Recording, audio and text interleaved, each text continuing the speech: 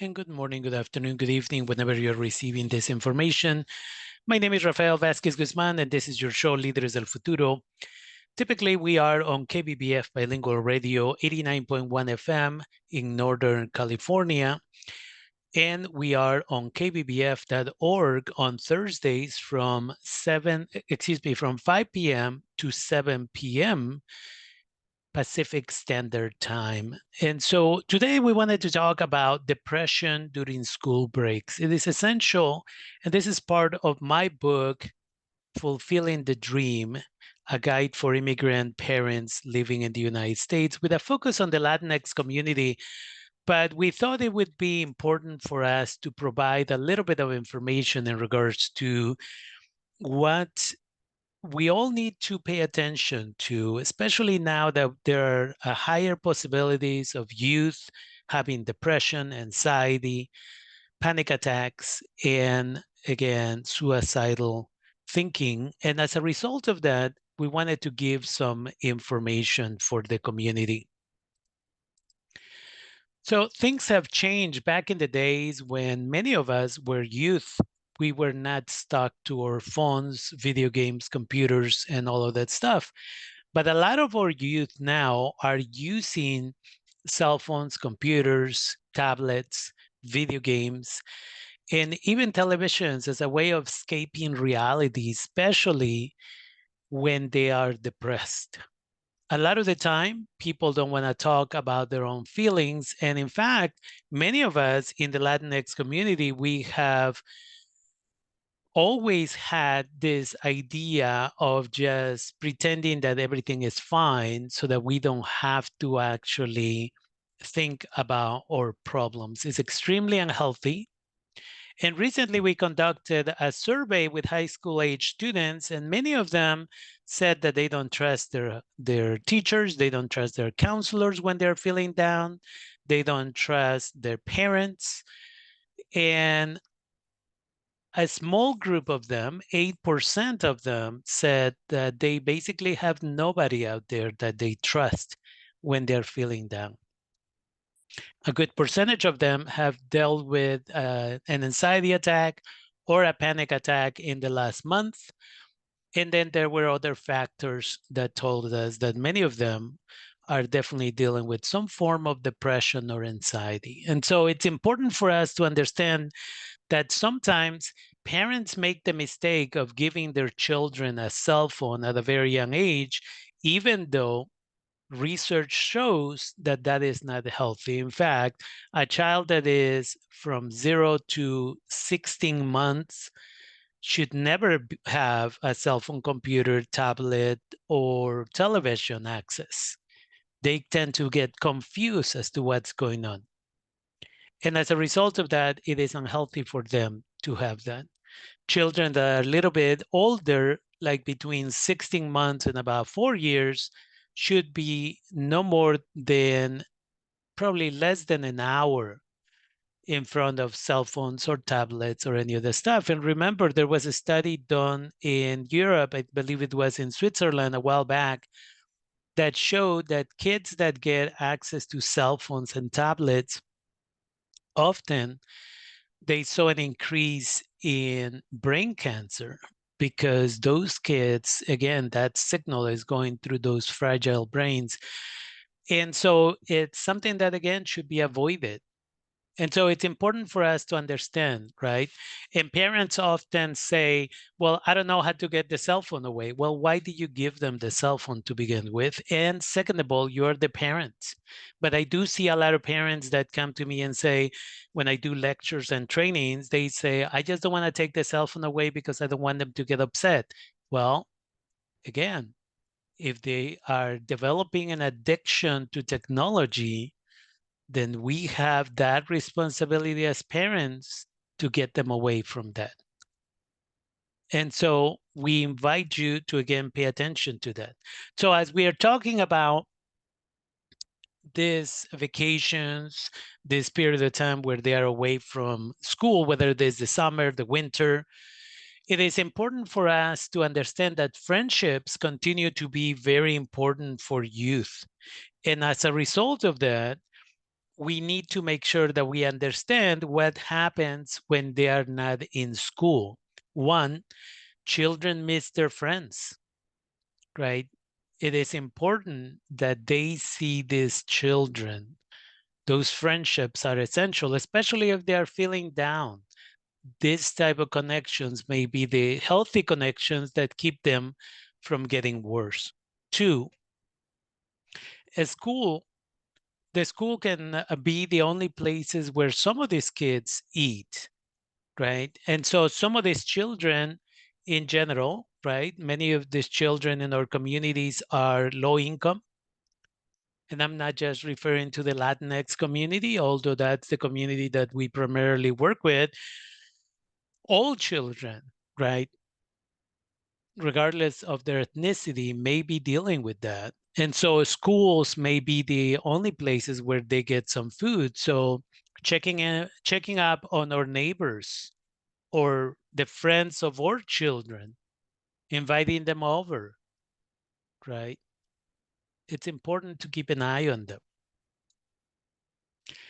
Schools may be the only safe places for kids, right? Because their teachers are there, their counselors are there, their friends are there. And so for some of these kids, especially children who are being abused at home, the schools may be the only safe spaces. And so during the pandemic, many of us were asking the community, hey, if your neighbor has children and you haven't seen those children come out to go for walks, or if they're able to have a backyard and you don't see them playing in the backyard ever, you should go and check up on that. And if you feel completely uncomfortable, or you don't have a healthy relationship, or you know that maybe your neighbor has a temper, it is perfectly legal to call the police and do a health checkup where the police will come by and just say, hey, we just wanted to make sure everything is okay, right? And so schools and teachers may be the healthy spaces where some of these kids find refuge. And regardless of cell phones, in-person conversations are very healthy and important for children. Again, being able to see facial expressions in person and being able to just be in company with each other. So it's important to, again, expose these children, bring them over to your home, or taking everybody to the park during vacation and making sure that they do some exercise while they're spending quality time with each other. Put your cell phones away and let's run, let's play a game, whatever it is that they're going to do.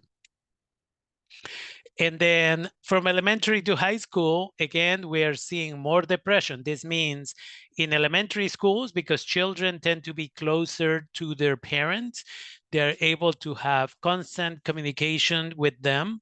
And if they are feeling down, they are able to, again, talk and ask for support. And so it's really important for us to understand that. And as they get a little bit older, parents often tend to believe that their children don't need their attention as much. And as a result of that, kids begin to isolate whether they want to or not.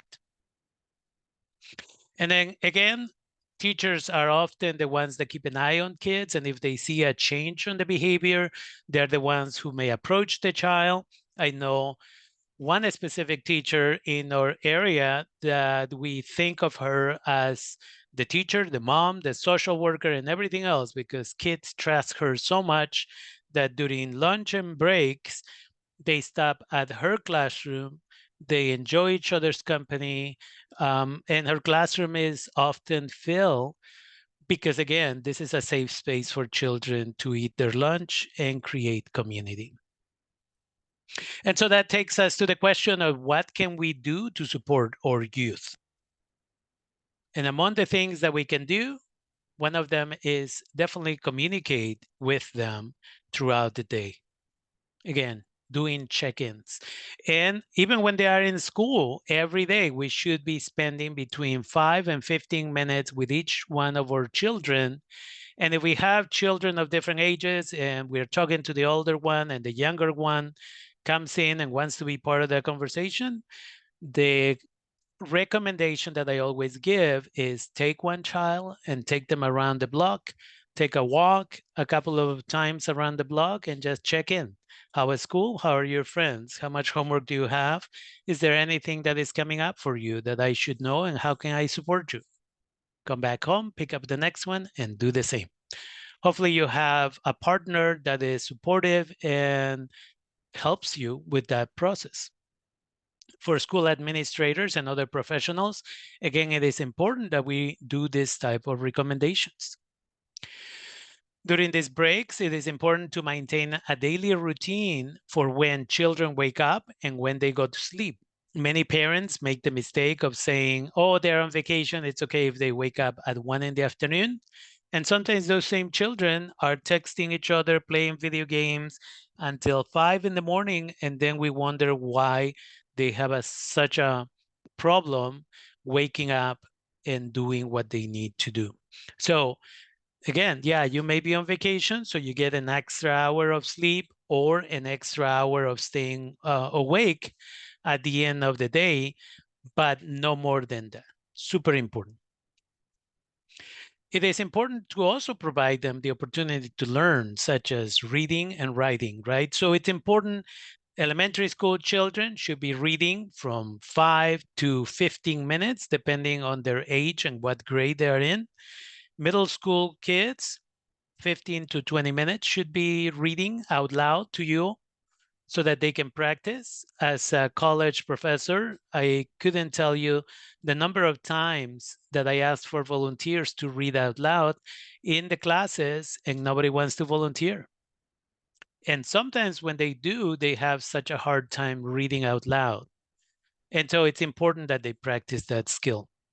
Writing, they should practice their writing, right, every day. They should also learn to cook and clean. And this is important. Why? Because if we want them to go directly to the university, or we want them to be independent human beings, right? At the specific times of their life, they need to learn different things. When to make the bed, at what age should they start washing their own laundry, at what age should they learn to cook.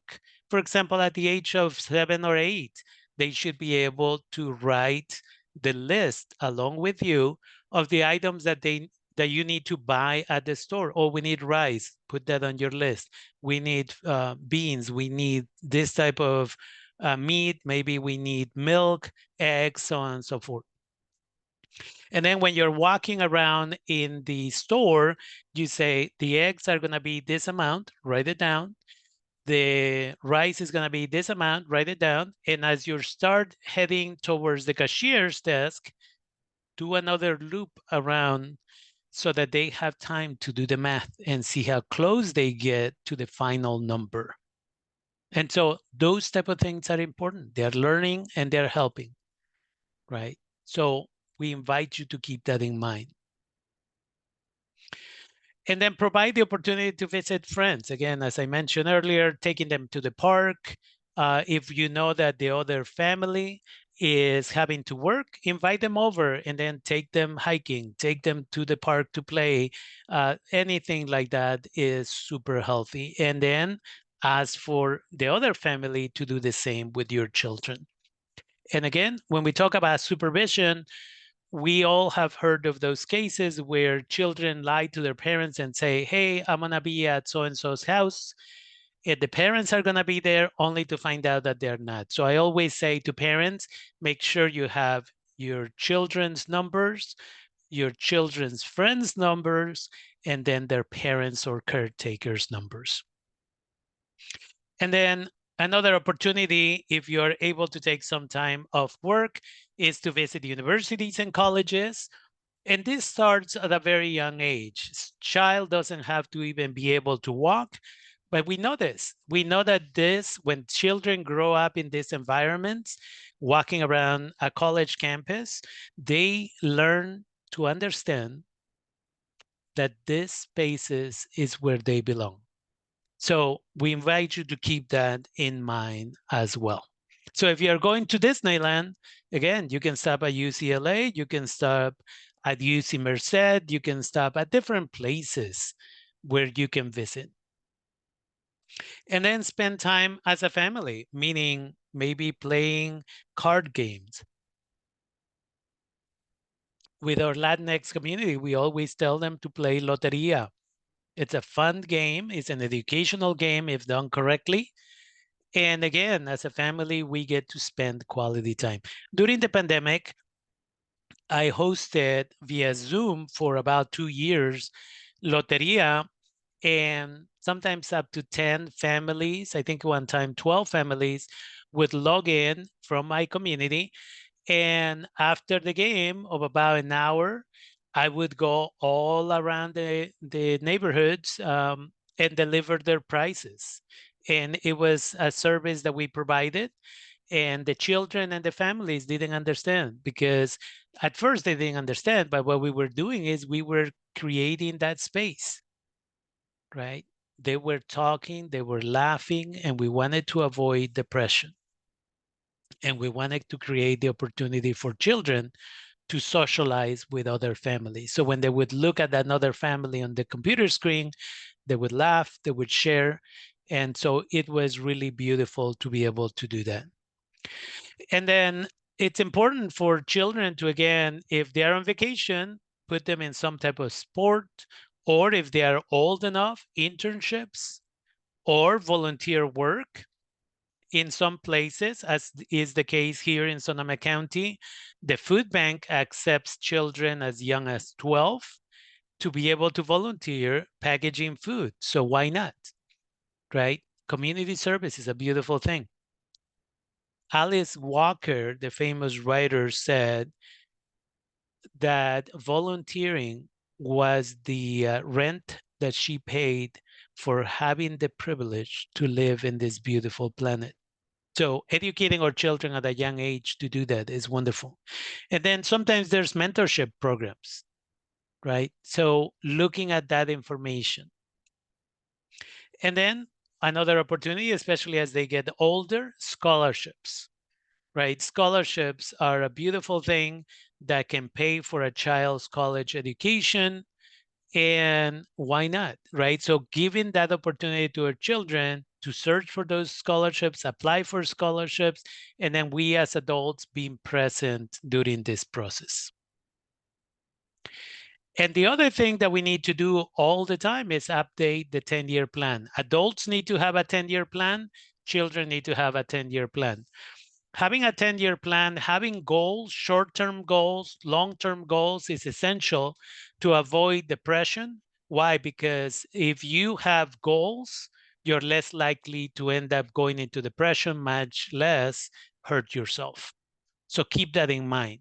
And so we invite you to keep that with, in conversation with your family. Everybody should have a 10-year plan. It's not just the children, but the adults themselves. And with that, we wanted to keep it short, but we wanted to share this information with you. My name is Rafael Vázquez Guzmán, and this is your show, Líderes del Futuro. Remember that I put information in English and Spanish on TikTok, Instagram, and is líderes_del_futuro with double O at the end. And you can also buy our book, Fulfilling the Dream, at our website, líderesdelfuturo.org. And again, we are on KBBF Bilingual Radio every Thursday from 5 p.m. to 7 p.m. Thank you for your time. We hope to see you or hear or have you back on our YouTube channel very soon.